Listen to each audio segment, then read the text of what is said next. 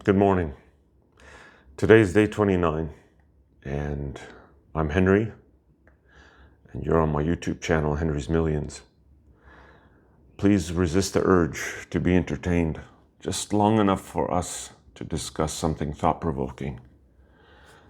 Today we're going to discuss a book that's called Escape from Freedom. It was written in 1941 by Erich Fromm. And specifically, I want to bring your attention to a chapter that's titled Freedom and Democracy. And I'm going to show you how your sense of freedom and individuality has not just been shaped, but it's been undermined by the social, economic, and psychological forces around you.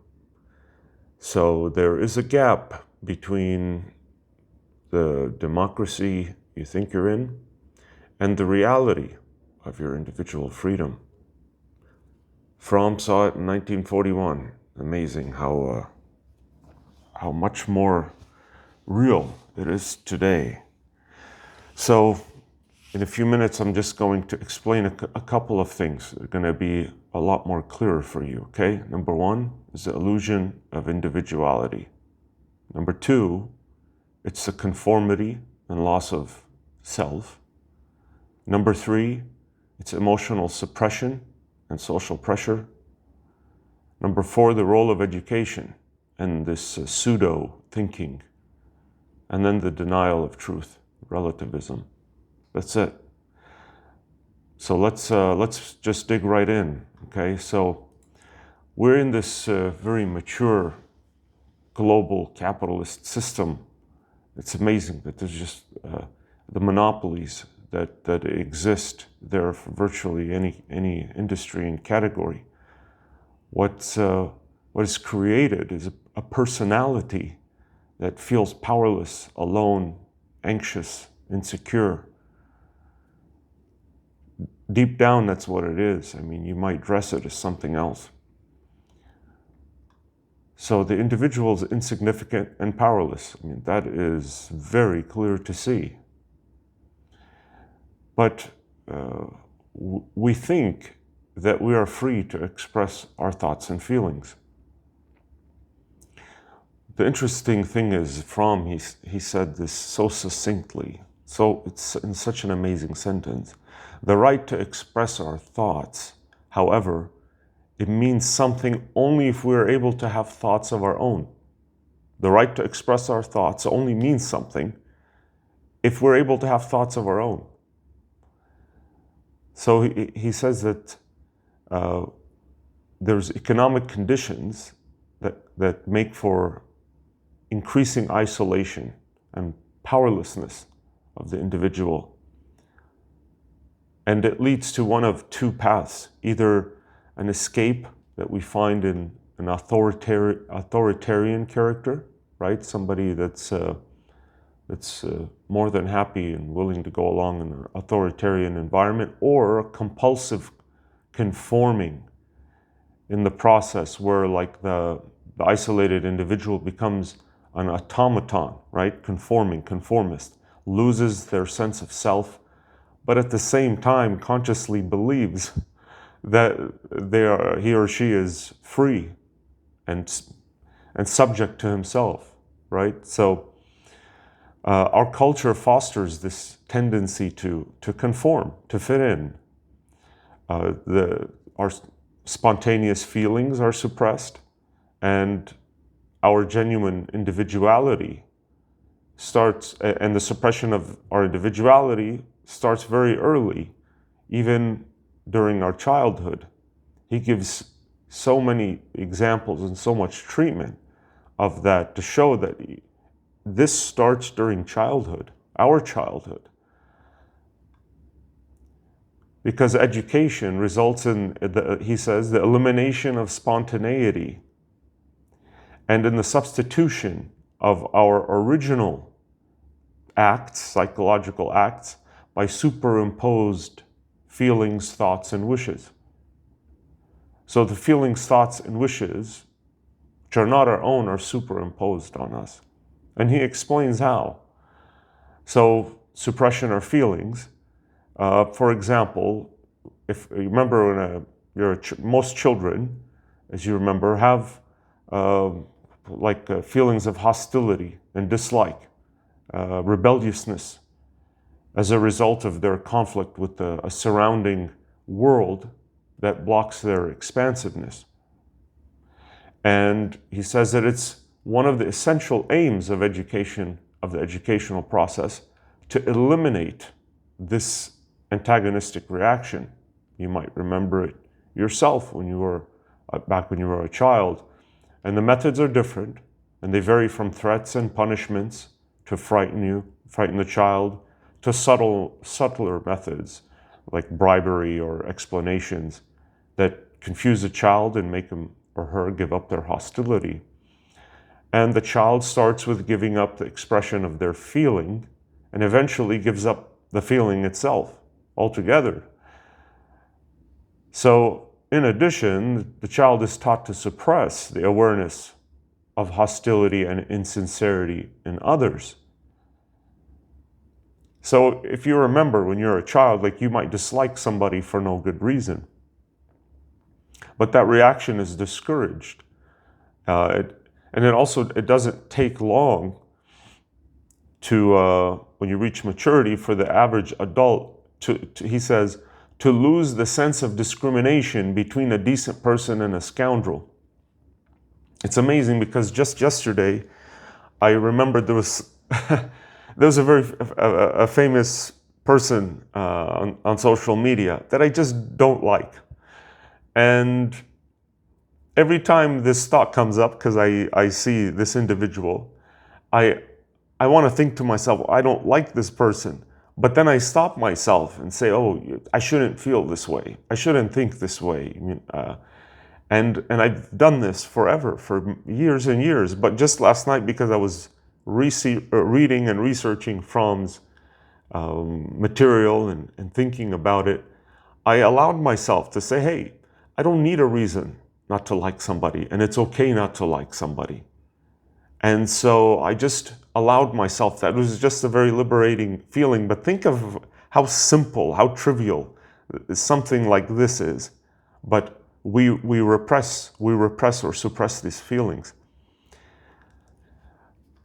So he continues in the book. He says, the child is taught to have feelings that are not at all his or her own. Particularly, a child is taught to like people, to be uncritically friendly to them, to smile. And what education doesn't accomplish is usually done by social pressures later on in life. So you got friendliness, cheerfulness, and everything that a smile is supposed to express. They become automatic responses, which one turns on and off like a switch. There's a wide range of spontaneous emotions that are suppressed and repressed by pseudo-feelings. And in our society, emotions in general are discouraged. And with that, hand in hand, creative thinking or creative activity, it's inseparably linked with emotion. And so it's become a norm to think and live without emotions. Because to be emotional is synonymous with being like unsound or unbalanced. And so by kind of conforming or accepting that, and the human being is weakened, and because the emotions are flattened, so is the thinking is impoverished and flattened. He goes on he gives some treatment about like one example emotion is a sense of tragedy, the awareness of death and the tragic aspect of life. So, and he says he says an interesting thing here. He says because our individual existence itself is not very well developed, so the end of our existence, death, is less of a problem. And death is not really conceived as being very different from life. And it's because of that we deny death and this fundamental aspect of life that we deny this greatest incentive for life, a basis for human solidarity and an experience without which, he says, joy and enthusiasm lack intensity and depth. So we repress this idea of death, or the reality, the eventuality. And so we don't live a full life. This enthusiasm lacks intensity and depth, he says, and the basis for human solidarity. It's so true. This is, to really grasp the reality of death is a huge incentive for life, for living, and for being closer to our fellow man and woman. He brings up a very interesting point here, that he says that today the psychologists, psychiatrists, they paint a picture of a normal personality, never too sad, never too angry or too excited. And then they use words like infantile or neurotic to denounce traits or personalities that don't conform with a conventional pattern of a normal individual. So this is like really more dangerous than older forms of name calling, right? Because if somebody criticized you back in the day for being a certain way, you know who to defend yourself against. You can fight back, but today who can fight back against science or the psychological profession? And the same distortions happen with original thinking that happens with feelings and emotions. From the very start of your education or a child's education, original thinking is discouraged, and ready-made ideas, ready-made thoughts are put into people's heads. He explains this in great detail. Like, for example, educational methods used today that further discourage original thinking, like the emphasis on knowledge or on emphasis on information. Hundreds of thousands of unrelated and scattered facts are dumped into the heads of students. Their time and energy are taken up by learning more and more facts, and there's very little space or time left for thinking, let alone critical thinking. So information is becoming an obstacle to thinking. And another way of discouraging original thinking is to consider truth to be relative, to be an entirely subjective matter, a matter of taste.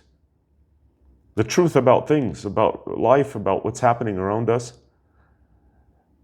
And he says that there are groups whose interests are furthered by concealing the truth. So the problem is that there is an interest at stake for concealing the truth. So as a child, every human being, he says, passes through a state of powerlessness. And truth is one of the strongest weapons for those who have no power. So unfortunately, we don't have the truth. We don't have the truth. Child doesn't have the truth, and when he grows into an adult, he doesn't have the truth. So he continues by talking about the basic questions of psychological, economic, political, moral problems. There is a large contingency or component in our culture to fog the issues, to muddy, to cloud up these issues. It's a smoke screen, he says. For example, that asserts that problems, these contingencies, people, groups, they assert that the problems are too complicated for the average individual to grasp. Just remember what's happened in the last 5 years, right? So there's issues that affect us societally, economically, and that there's a smoke screen, the assertion that problems are too complicated for you, for an individual at home to grasp. But the reality is most of these issues are very simple. But they make them appear to be so enormously complicated that only a specialist, a doctor, an expert in a very narrow, limited field can understand it. And you're discouraged, people are discouraged from trusting their own capacity to think about problems that really matter, right? So thinking is discouraged. And also, we have this, because of all of these things, there is a skepticism and cynicism towards everything that's said or shared. Or a childish belief. So you either adopt this skepticism or cynicism towards everything that you hear, or you adopt a childish belief in anything that you're told by authority. So this combination of cynicism and being naive, it's very typical, he says, of the modern individual. And it discourages one from doing any kind of critical thinking or deciding. He gives a final example of another way that thinking critically is paralyzed, is the destruction of any kind of structured or whole worldview, a structured way of thinking or seeing the world around you. He explains that in a very, very nice way. And I'm sure you felt this in the past. So, for example, you're watching the news, you're on social media, you hear about some accident or some bombing, some explosion that kills 1,000 people, and then right after that, you get an ad for soap or wine. You hear about hundreds of people being murdered or something somewhere, or some soldiers dying, whatever it is, right? People, innocent victims, soldiers, whatever it is, wars. But right after that, you'll get a show, you'll get music, you'll get something about telling us what's the greatest breakfast that we should have, ridiculous things like that. So the truth or the important life events are scattered, dispersed in between totally ridiculous, trivial other things, and it just really not only fragments our worldview, but he says that it's just it hampers our critical judgment. We cease to be excited.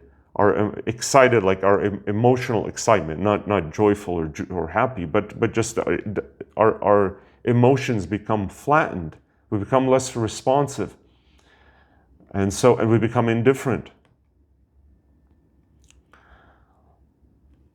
In addition to that, this depressed or hampered feeling and thinking, he talks about the act of willing. And remember, we gave this really good treatment because the weeks past I discussed willpower and will at great length in a number of videos. So the act of willing is affected. And he says that you seem to have too many wishes, and the only problem is that you cannot have them all, right? You want so many things and you cannot have them all. And you spend all your energy trying to get what you want. But you don't question the premise of this activity, that whether you truly know what you want, and you don't stop to think whether you're pursuing something that you want or something that others want for you or expect you to want. So he said that people don't stop to think whether the aims they are pursuing are something they themselves want. They never question it. And then he asks some thought-provoking questions for the reader. Am I not running after some goal, which is supposed to make me happy, and which eludes me as soon as I've reached it? Trips, buying cars, buying homes, upgrading everything, making more money, competing against your neighbors and friends and people that you know on social media. So he says that modern man lives under this illusion, or modern woman, man, woman, interchangeable, lives under this illusion that they know what they want. But actually, you want what you're supposed to want. This is such a very interesting way to put it. You want what you're supposed to want. Just think about that. You want what you're supposed to want. How many of the things that either you have or you aspire to have, be or do, are really yours? It's things that you desire, excluding what the people around you would want or expect you to have.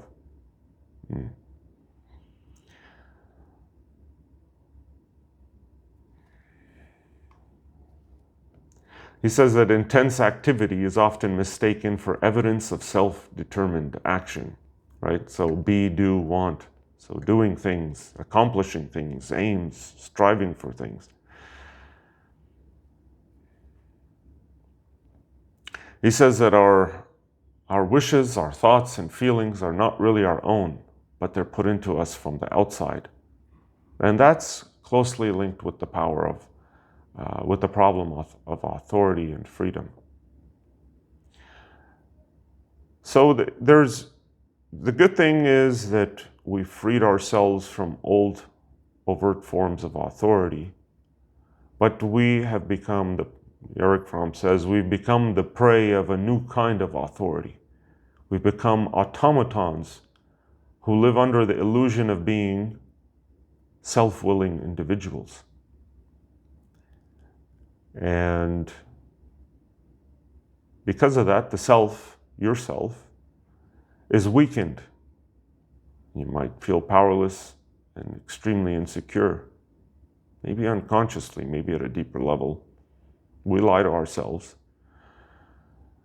And Fromm says that we live in a world where we've lost genuine relatedness, and where everybody and everything has become an instrument, where we become part of a machine that our own hands have built.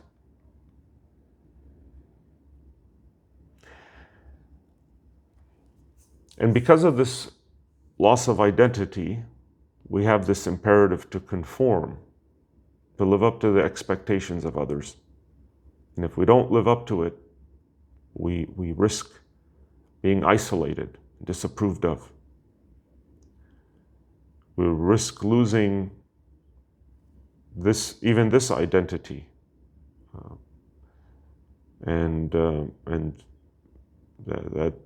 that's a problem. And by conforming to the expectations of others, we gain, we silence these doubts about our own identity, and we gain this certain security, he says. But we pay a heavy price, because our spontaneity and individuality are lost, and our lives are, the qualities is thwarted. I mentioned the word automaton. He mentions this a lot, that we've become automatons. We're alive, but we're dead emotionally and mentally. Just think about that. The interesting thing is, because I hear this all the time, or I see it online, he says that this person, this automaton that we've become, we desperately cling to the idea of individuality, and we want to be different. We just want to be different.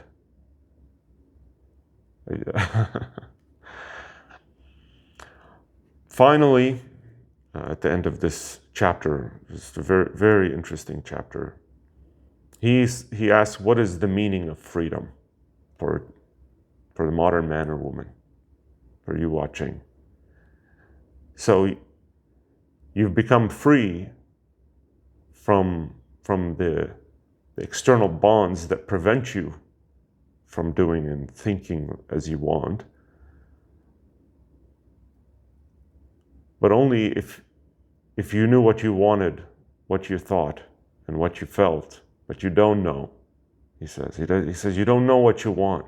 You don't know what you really feel, and you're not thinking as you would if you had not these conditions.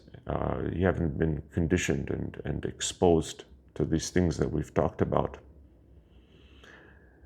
And this conforming to anonymous authorities and adopting a self that's not yours. Finally, I'll leave you with this note and something else Erich Fromm said. If we don't see this unconscious suffering and our automization, an automaton, then we will fail to see the danger that threatens our culture, the readiness to accept any ideology and any leader. If only they promise excitement and a political structure and symbols that allegedly give meaning and order to your life. The despair of the human automaton is fertile soil for the political purposes of fascism, or I'll add neo-fascism, which I think that's the prevailing or the status quo everywhere today. Okay, so I hope that was thought-provoking, and thank you for joining me today.